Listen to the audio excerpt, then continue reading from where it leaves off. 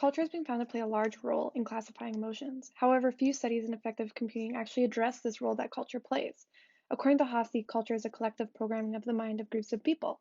So, for example, collectivist cultures have been seen to suppress negative emotions more than individualistic cultures. Contempt is a mixture of anger and disgust, and primarily shows a negative context. According to the CAD triad model, it especially is apparent when someone is interacting with someone that they think is beneath them. This is an example of contempt, and this is an example of anger, and finally, this is an example of disgust. The first goal we aim to address is whether or not we can predict the CAD triad across 3 different cultures.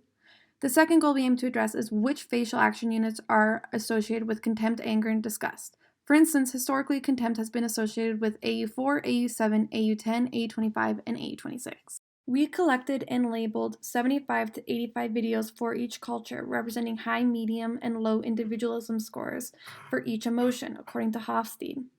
As mentioned prior, some research suggests that collectivist cultures suppress negative emotions more than individualistic cultures. We extracted action units for every frame from every clip using OpenFace. We will be doing 2 main experiments. The first experiment is comparing cross-cultural training and testing with within-culture training and testing to see if it is better to use either North American data as training or its own culture as training. We'll also be conducting principal component analysis to identify which action units are associated with each emotion.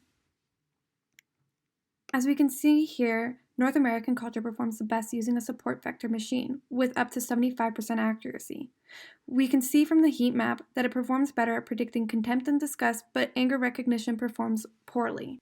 Within culture training and testing perform the best for Persian culture, with accuracy of up to 54%. However, when trained on North American data and then tested on Persian, the accuracy dropped to 38%.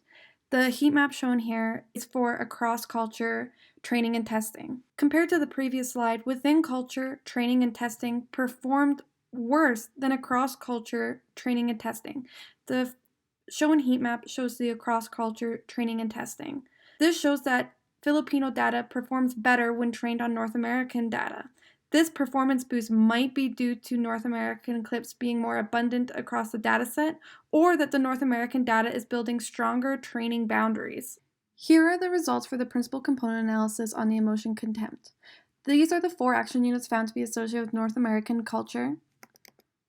These were the 4 action units associated with Persian culture. And these are the 4 action units associated with Filipino culture. As we can see, they do not follow the traditional definition of contempt, which was action units 4, 7, 10, 25, and 26.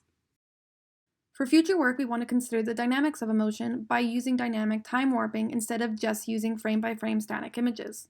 We also want to examine the trend of decreasing accuracy for within culture testing as the culture becomes more collectivist. And we also want to add features such as gaze direction and head movement.